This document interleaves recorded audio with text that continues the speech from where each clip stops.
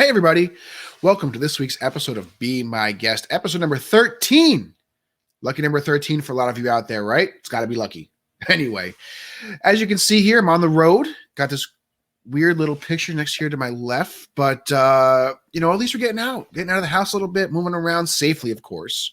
I want to make sure that's getting thrown in there, but definitely keep myself a little isolated, nice and safe, but just getting out of the house a little bit. So we have a great guest today, Miss Amrita Nichols, who is going to come on and tell us a wonderful story about her hospitality experience and how she used her hospitality experience and how it transitioned from her where she was originally from, which I'll let her tell, to moving to the U.S. So as always, real quick before we bring her in, check us out on iTunes, Google, YouTube, connect with me on LinkedIn, all that stuff to connect, subscribe, follow, like, all that good stuff. I say it every week, so I'm not going to keep hashing on it. But again, more importantly, if you want to reach out and be my guest, please do.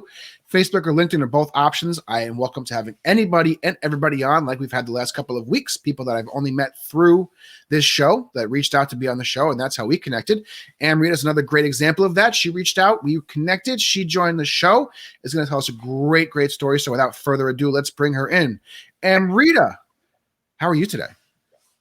Great. Thank you, David, for having me on the show. I'm excited. No, it's my pleasure. Yes. My pleasure. So Amrita, let's just dive right into it because again, I try not to learn too much about my guests that I don't know prior to the show. But we were having a nice conversation prior to coming on, and you have such an amazing story. I had to cut you off. I had to be rude and say, stop telling me stuff because I want to hear it on the show. So let's dive right into it, Amrita. Give us a background about you. Tell us your experience from where you started in hotels to where you currently are. Well, my journey started actually in the last century. So, before 9/11 in the 90s. And I've worked around the globe, lived around the globe, worked in hospitality around the globe. So I have seen a lot of cultures. I started in early 90s in India. I went to school for hospitality from IHM Mumbai, which is rated one of the top schools in Asia for hospitality. And I graduated with a degree in hospitality. And you may have heard of a lot of my peers who are in the U.S., including Floyd Cardoz, who passed away due to COVID, and he and his wife were from my institution, from alma mater. So that's where my journey started. And after graduation, I started with the Oberoys. I was a manager with them in conference management. And in those days, we called it catering sales. I come from the time of giant banquet diaries. David, I'm sure you don't know about those times. Yes, I'm not. I don't know. there was no Delphi, and we had the banquet diaries. We used to wait to get our meetings in before anyone else. So fun times. Yeah, I come from those days. So it was an exciting time, and lived through it, a lot of different, from telex to WhatsApp. It's a different world, but we Yes. pivot, and that's what we human beings do. We change along the way, and I'm excited. I had so many fun. In hotels we have so many fun stories. Yes. And if the walls could talk, and if we were allowed to talk, the stories we would tell. So, think of the bell desk or the room service, and We would be able to make some amazing movies. That's for sure. I know. Hollywood, they're missing it. Hollywood stories have nothing on hotel real life. That's for sure. So the first, when I was with Oberoy's, it's a very exclusive and five diamond hotels. Um, they have a very small portfolio of hotels, very luxurious. And I started as a manager with them. And I have taken care of John Major, of Hillary Clinton. So those were the people, as a conference services manager, the president of India, the prime minister of Singapore. Those were the guests I used to take care of at 21. Right. I didn't know who they were. I really didn't care. It was like catering service. Yes, we worked at started at 6, sometimes slept on the couch in our office because Hmm. next day. But those were the days we bond with our colleagues. They are our family. I think hotels, we have the strongest family within the building.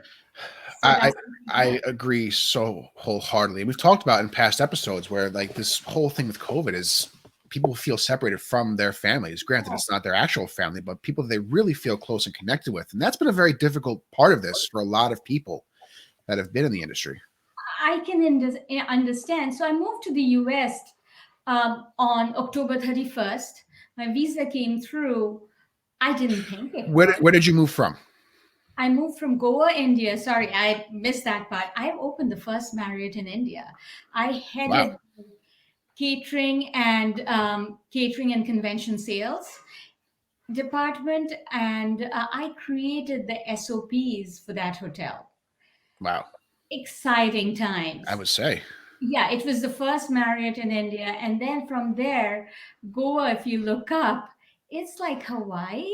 So the temperatures were in about 95, 100, 110. And Amrita, I'm sitting here in New York right now. It's 32 and freezing rain. So come on, you're making me feel jealous a little bit. well, I remember I moved to Minnesota on Ugh, November 1st, and yeesh. it was about 12. I'd never seen snow. And so you moved October 31st. You went from 95 to 100 in India to probably like negative 95 and 100 in Minnesota as you came into the winter. And I'd never seen Halloween before. Oh, how was that? What was your first impression? I was wondering, what are these people doing dressed up like this? So nobody warned you, you came, oh, because you moved on Halloween itself. Yeah. Yes, I Oh, landed on October 31st. I started my job must have been November 1st or 2nd. so so your initial impression of the US must have been a little bit weird. Am I supposed to dress up like this to work tomorrow? Like, what's Could you going on? imagine? Could you imagine him going to college? Welcome to the US. Yes. Dress up as But a, one thing you mentioned about you moving here is you moved on October 31st, 2001. yes. So that was obviously a month and change after 9/11. So what was it like as you're kind of having this process happen? 9/11 happens, you're in India, you're then getting on a plane to come to the US. What were you thinking? So, one thing I want to say, especially since you're in New York, 9/11 affected everyone emotionally around the globe. Yeah. E- and even in India, I can to this day remember where I was when a friend, there was no texting those days, right? Yeah, yeah. Called to tell me that switch on your TV. We did have remotes and it was color TV and flat screen, but switch on your TV because this just happened. I remember where I was. What time was it there? Because it was about, it was It early was morning about five here. in the evening. It Yeah, was okay. 5 in the evening. I still remember I was at home, just maybe drinking, but I was in my living room, sitting on the couch when she called me, and she knew I had applied. I was waiting for my H-1B to come through. Yeah. And honestly, I didn't expect it to come through at that time. And the GM who hired me for for the to open the first Marriott in India. He's now retired and lives in Florida, and he's originally from Germany, but he's from Chicago. But his wife's from Chicago. But anyway, so he reached out to me next day and said, "I guess you're not moving because he's an American citizen because of his wife, and Yeah. he'd worked in America for 20 years before." And he said, "I don't think you're going. I don't think you're moving. So, do you want to apply back for your job? And do you want to move to Bombay? Because there's a new Marriott opening there. And you would be an asset." So I said, I want to wait for I want to see what happens. Yeah. And sure, but here is my resume. I wasn't expecting. And then a week, 10 days later, there was an email in my Yahoo mailbox in those days, or maybe my AOL mailbox. Hey. See, I'm dating myself if I haven't already. I was there. Listen, I was in those times. I know them. So AOL mailbox, and I which said your visa's come through from my lawyer. Now you just need to go, and visa means nothing unless the local your local embassy, not embassy, consulate approves it. Right. So, but I had an American tourist visa before, so I could use the Dropbox, and they approved it. But there was huge security immediately around that time around the American consulate, so I couldn't even Yeah. go. And the lines were, a mile long. There was no COVID, so everyone was on top of each other, and it was a Yeah. mile long. And I dropped it off, and I went and picked up. It got approved, and I left on October 31st. I had to, so skies, there was, tickets were backed up. You couldn't get tickets. Right. So I didn't know, and now you're bringing back, I'd forgotten so many things. Just like now, there were flights canceled for about 2 weeks or something. So flights were backed up, Yeah. availability was backed up, and it was hard to get a ticket. So I managed to get a ticket. The earliest was October 31st. And I had to fly from Calcutta to Singapore, like it was Singapore to Chicago to Wow. fly to Minneapolis. And then from there so it was like a 20-hour flight. Yeah. You literally flew around the world, it seems like. Correct. And then I landed in cold Minneapolis. Yeah. On Halloween. Yeah. Halloween, no less. So, and I asked this because I'm not comparing what's happening now to 9/11, or vice versa, but there obviously at some point I would think there had to be a hesitation from you to continue to move forward. And what was going through your mind to say, you know what, I do want to push forward. I do want to see this thing through. I was young. I was in my early mid 20s, and ignorance is bliss. So I didn't know. Mhm. And I moved forward, and that was one of the best decisions I made. I'm glad I didn't hesitate, because I knew so being in hospitality, one thing is we see human behavior from bad or good. We've seen those New Year parties and those office parties up close when you're sober and no one else in the room is sober. So, especially coming from the events background. Yeah. Yes. So I've seen those. So I knew we as humans would rebound, and everything would be fine. And yes, I hear of hotels closing, all over the globe. More so in the US, more so in your beautiful city, David. Yeah. Yeah. And it's it makes us stop and think. But what I have great faith in human behavior, and I know we will, having been in this industry for over 25 years, we will everything will rebound. We will be fine. We will move forward. I love that message. We should print that out and put it on every wall and every hospitality wall in the country, because that's really the truth. I believe it. And Rita, you've seen, so you moved here right after 9/11. So you moved here at the height of the travel depression from 9/11. Then you're working here through '08, Insane. and the recession in 2008. Oh yeah. In sales. Yeah. And now you're still in the industry here through what's going on now, which I think everybody within the industry can agree in terms of just the impact on hospitality and travel is worse than both events probably combined. Correct. So how do you, what lessons are you taking away from your previous two experiences to what you're applying to now?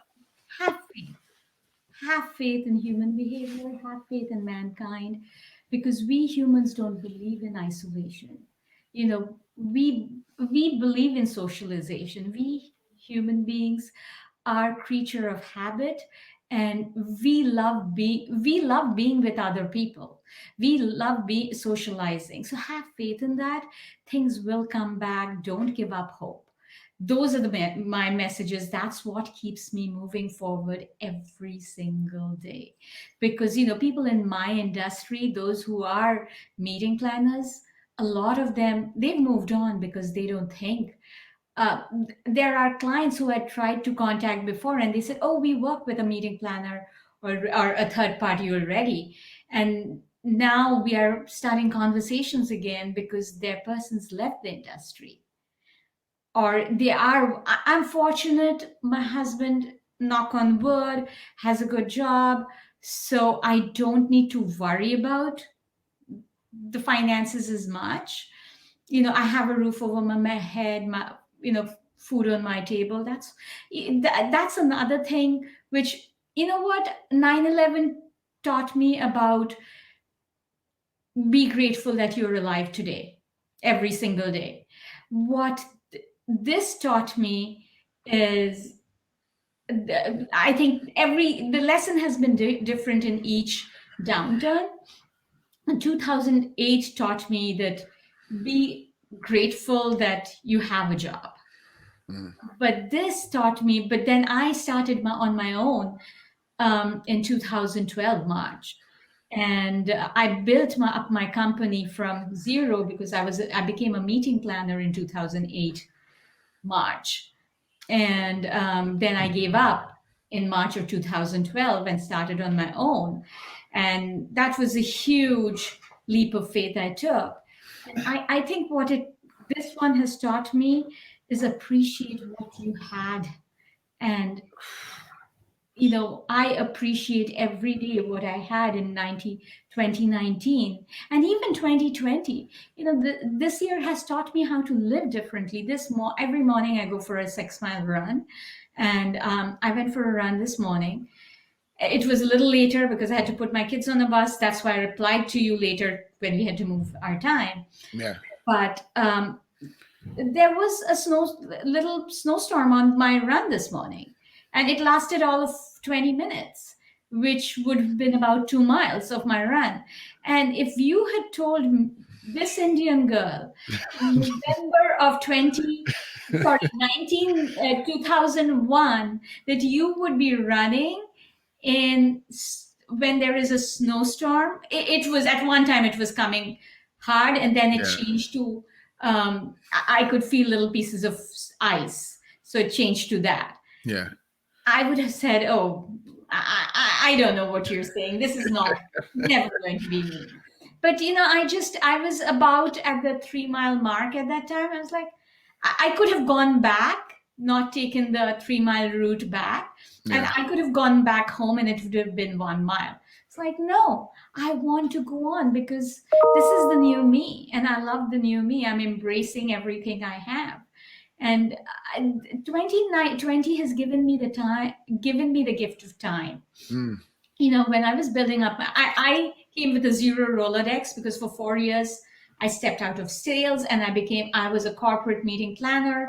I headed the meeting planning division of a company called Fresenius Medical Care. Okay. And I had 4 planners in my team who reported to me, and we planned over 240 meetings. And the largest meeting my team and I planned was for 1,600 people. And I didn't, that was life, right? Right. And when I started this, I started with 0 names on the Rolodex because I came from a planner background. And I built it up between 2012 to 2019 into a $5 million account or Wow. company. Wow. Yes. And to me, it's the American dream.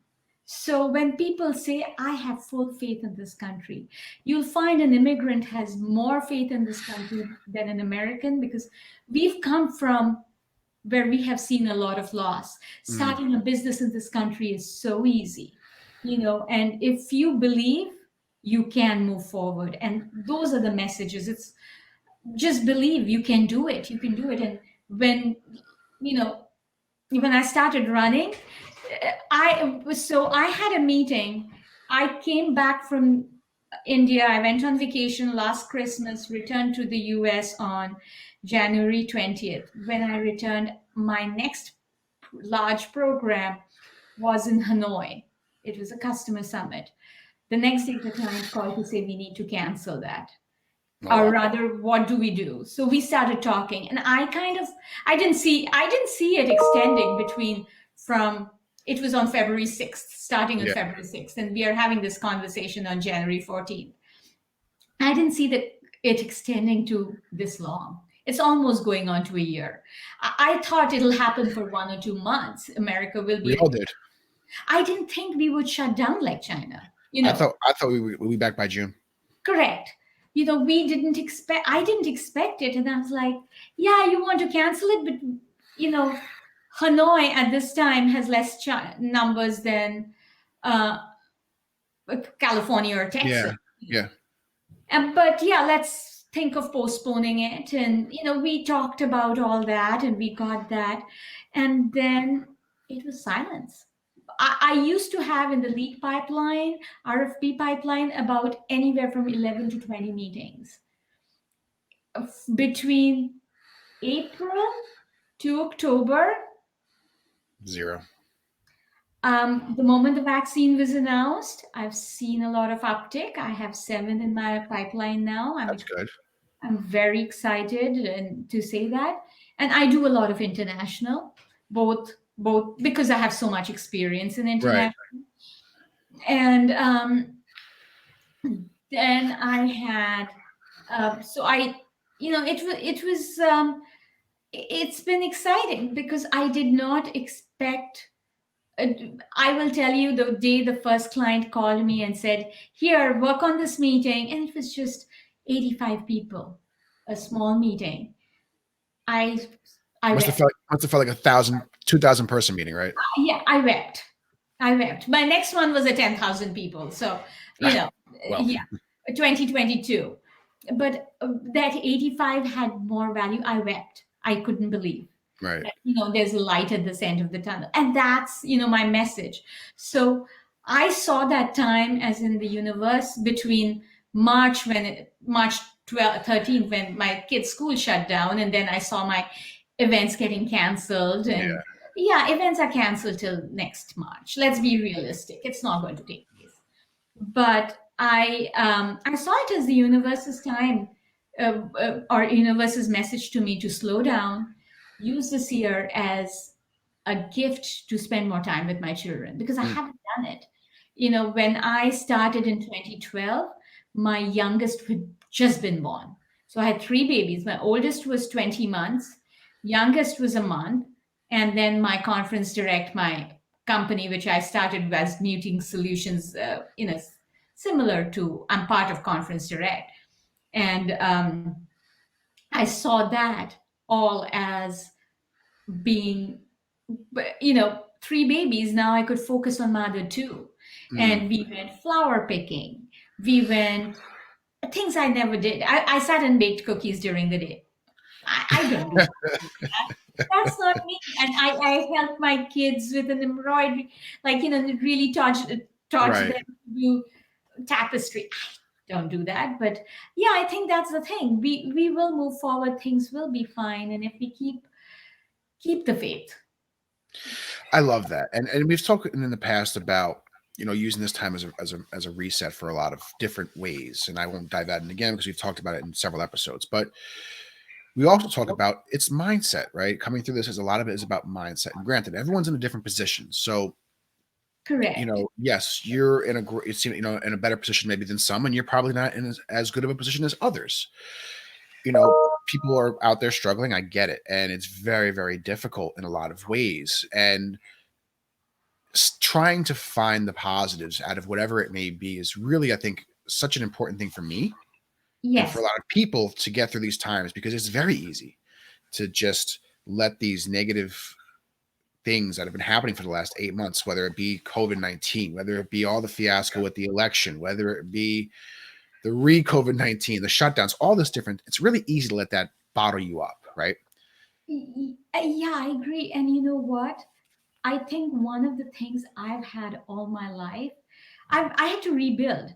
I used to head the department in India. Hmm. I was still in my mid 20s. I had about 50 people reporting to me on my first day of the job when I graduated from college, and they were people with 50 years of experience, banquet staff. And but they didn't have the qualification in India. We believe a lot in education. Right. I learned from them. But I always had to be, when I moved to this country, I started all over again. I started as an executive, sales executive from a director. So I have learned that you have to be self motivated. You have to stay positive. Is every day up? Are you going to be up? No. The days you're down, let yourself be down. Give Mm, yourself body that space. Take that moment to cry and grieve for the things you've lost, because if you don't, you cannot move forward. You cannot keep on putting on your happy face and ignoring the things which are getting you down. So yes, am I like this every day? No, there are days when I'm down and I miss having my clients. I also realized that some of the hotels I work with regularly, the salespeople are my best friends and I miss them.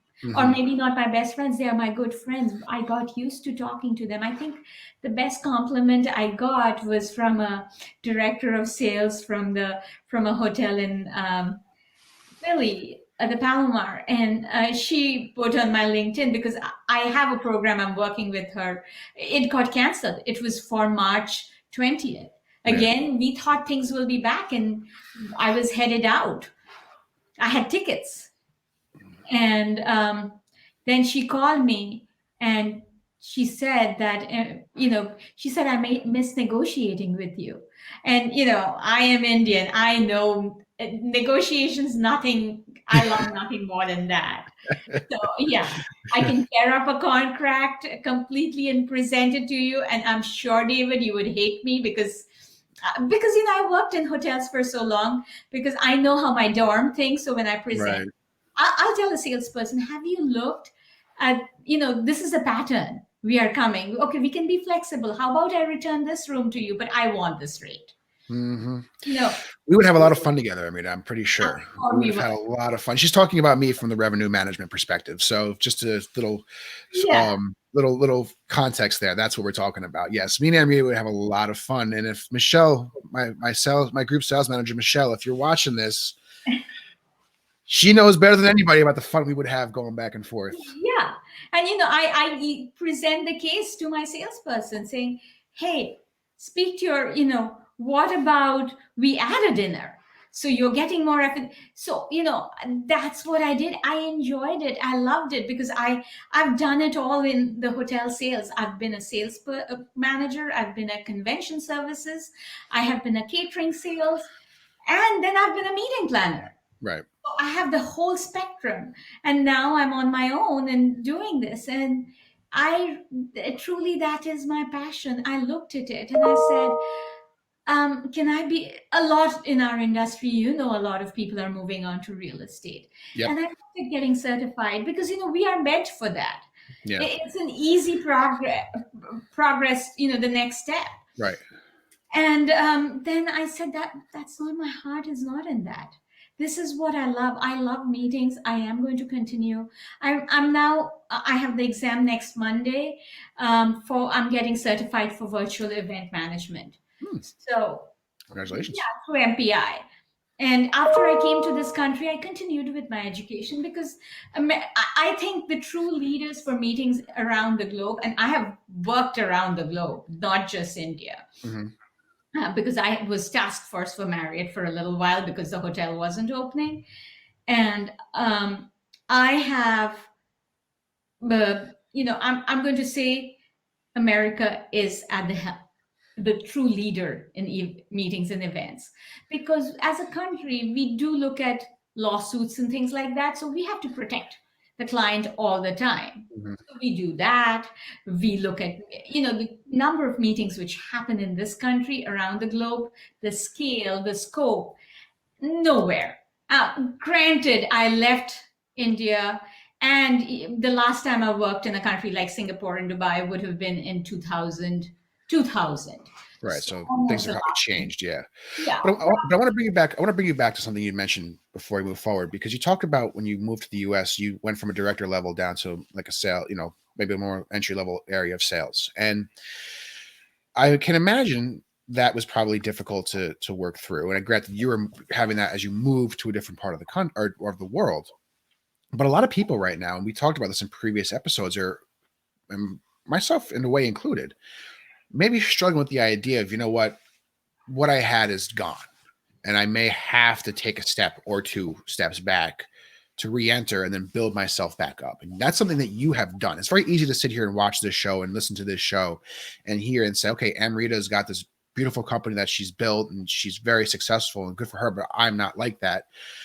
But you weren't always like that. You just said, you had to restart from the bottom after achieving some great success overseas. So how did you mentally process and get through the hurdle of, man, I'm taking a step back down to basically entry level from director level, and I'm okay with that?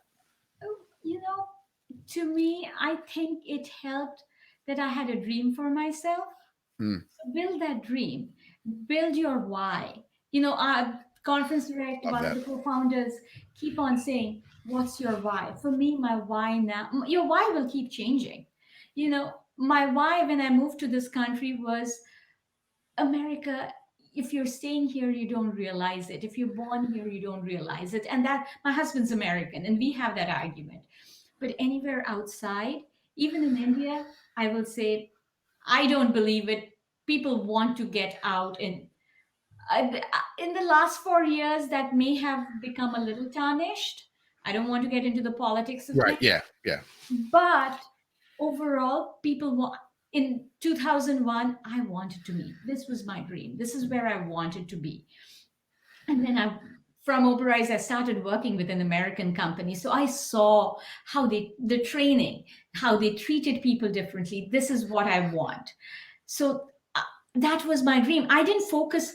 You know what? In hotels, you can be the GM, but you may have to roll up your sleeves and scrub dishes one day, right? Because Many days. yeah, so your life treats you that. So let go of uh, let go of titles. It's just a title. Ooh, When I became a VP with Conference Direct earlier this year, this January, my 8-year-old asked me, "Mommy, you're a vice president. Are you assisting Donald Trump?" I was like, yeah. Haha. So I said, you know what? In this house, I have no say. Forget the country. Who am I kidding? I have no say anywhere. This is in January. I'm having this conversation. So before COVID, even in this house, you're the president. Let's face it. Because when you throw that tantrum and say, "I don't want this. I need to leave now," and it's 9 o'clock, and you're hangry, you are controlling everything. my 2-year-old agrees. Yeah, so I have walked in your shoes because I now have 8 and 10, but that's how it is. Forget the title, it's just a title.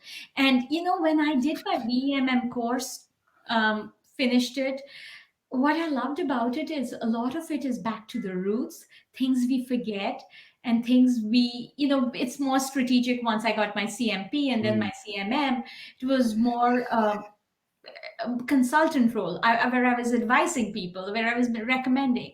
But when I did my VMM, I realized that there was a lot of things which had changed. The world had changed. mm, Yes, a GM was maybe the bartender 20 years ago, but bartending 20 years ago is very different than now. So sometimes it's nice to step back, give up your mantle, and learn from the younger you or your juniors. And not, you learn something every day. Remember that. yeah. So I think that's the biggest thing. Give up your title. It's not worth it. I love that. Oh man, I love that because you make a great point that, and again, you had the goal of moving to America. But if you're someone who already lives here, right? Obviously, if you're born, raised here, work here, you can apply that principle because you may be someone that said, okay, I want to be a GM. I'm working towards being a GM, and now this all happens. If you refocus your goal and say, I still want to be a GM, I just need to find a different path now to achieving that same goal. That's really the same principle Amrita's talking about. And I think it's a beautifully said sentiment. And again, I say this in several episodes. If you're feeling struggling, if you're struggling with the idea of moving, having to take a step back or having to reset your path, run back what Amrita just said, because that was beautifully said. Thank you, David. Because we can give up. Sometimes you need to give up your ego, and if you give up, you know something. Today, if I had to go back, and start, if I was in hotels and I lost my job and maybe had to work in TJ Maxx on the floor. Hmm. Has it crossed my mind? Obviously, if I'm saying it, it has. And in 2008, but luckily I was working for a corporation and in healthcare. But if you're learning something from somewhere, Yeah. something there, you bring your hospitality knowledge, apply it there, grow there. Because if you've seen success once, you'll see it in every part of your life, wherever. If you bring the right attitude, the right mindset. And you may learn something in that other role that you can bring back to hospitality when you come back. This industry will need so many people. Yes. Trust me, when we reopen, we have to be ready. Yes, the hotels are shutting down. Remember 2008? Again, we had heard about hotels closing. After 9/11, I worked for the DoubleTree in Waltham from 2002. So I moved to Boston area because I met my husband. That's another story. But he was a guest. So clearly great service I provide. Yeah. If you work in hotels, when do you have the time to meet someone outside the hotel? So They're uh, very, very infrequently. yeah, exactly. So, but after 9/11, I heard that the two top floors of the hotel was shut down Mm, because you didn't need the rooms. right. And sometimes hotels shut down, and same with 2008. But remember 2019? It was a seller's market. Mm, Rates were at an all time high. We were scrambling to find space. Clients needed us because we had to use every relationship, you know, leverage those relationships just to get a reply to RFPs. Because I know so many hotels, they were getting 50, 60 RFPs a day. They didn't have yeah. time. They're like, this one's not good enough. I'm going to waste my time. Waste Yeah. my. Yeah. Yep. I'm just going to turn it down because I don't have the time to read the fine print. Yeah. And, I would pick up the phone and have calls and say, have you seen it? Please reply. And now, when I send out an RFP, the hotels are like, can we talk? What can we do to get the business? And that goes into keeping those relationships, right? Don't burn those bridges. This is exactly those times. Yeah. This is an exact example of those times. And now when a hotel reaches out, I remember Yeah. that I'll need them. And, I feel, honestly, my heart breaks for them as well as even me, because we've all known the emptiness of the past 8 months. Yeah. So it's time for us to be kind to each other. Mm. Every sphere of the world. Give each other time because we do have lots of it right now. Yeah. Absolutely. So I can't believe it's already almost 40 minutes we've been speaking. I mean, this conversation has flown by. I've loved it. So have I. But I want to talk about, you have experience moving your world to a different part of the world. And we talked about, we talked in other episodes, we talked briefly previously here. This is a time to reset and reestablish and maybe expand on some goals. So if you're someone, right, let's just say I'm somebody. Now I'm certainly not in this position currently, but if I was a young 20s, mid 20s hospitality professional that is having trouble finding a job, especially if I was still entry level or lower mid level manager, I would probably look to move to another part of the world and experience that, because now is a great time to do that.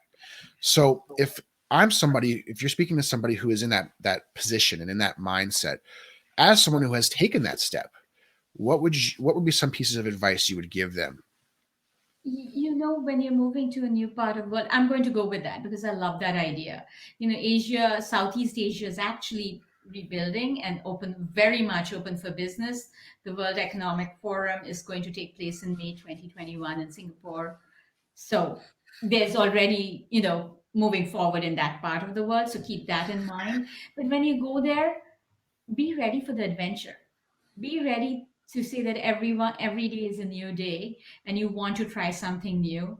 Be ready to give up everything you knew and learn something new every day. What would you say when you first moved here, call it the first 30, 60, 90 days, was the hardest thing you had to deal with? You know, Maybe there were days I cried for the loneliness because I didn't have a lot of friends. I did have my family, but they were busy with their own life. As in, my brother lived in Minnesota. That's the reason. No one chooses My apologies to everyone staying there, but you really don't. That's not your first choice of place. My first choice of place would be New York City. I'm sorry, but That's all. Listen, don't be sorry to me. I'm here, so it's fine with me. I agree. but I would love to move to, I not move to Minnesota, but I would love to. I love Minnesota.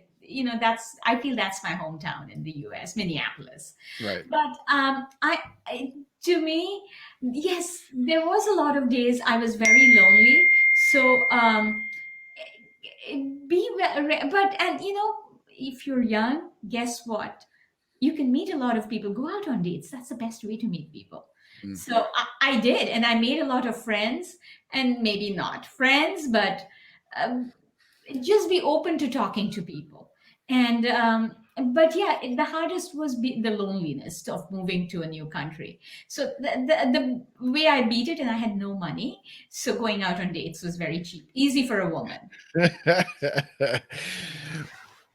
I don't even know how to follow that because I know I've spent certainly a number of dollars before I met my wife on similar paths, we'll say. But I mean, I think that's a great point, right? If you're someone who's really willing to take that step, whether it could be a different country, it could be a different part of, I mean, different country overall, it could be a different part of this country, it could be a different state. There's so many avenues of stepping out of your comfort zone, but overcoming, I think that loneliness would be a major thing for me, right? If I just happen to move out somewhere and it would be very easy to say, you know what, this wasn't right. I'm going to move back before I even really give it a shot. So I'm going to interrupt you. This is something I keep on my desk, and it's nothing. It's really dirty. I'm not going to lift it up, but it's a coaster I bought from the um, the space exhibit or something in DC. Oh, the Smithsonian. The Smithsonian, yeah. So I have always said failure, have the fear of failure, but know that failure is not an option. That is my motto. So I have always had the fear. If you don't have fears, then you have to know loss to feel loss, and not to do or want to go through it again. So I have known loss. I've had failures. Has it been a bad path of strewn with rose petals? No. I've walked on hard rock and fire at times.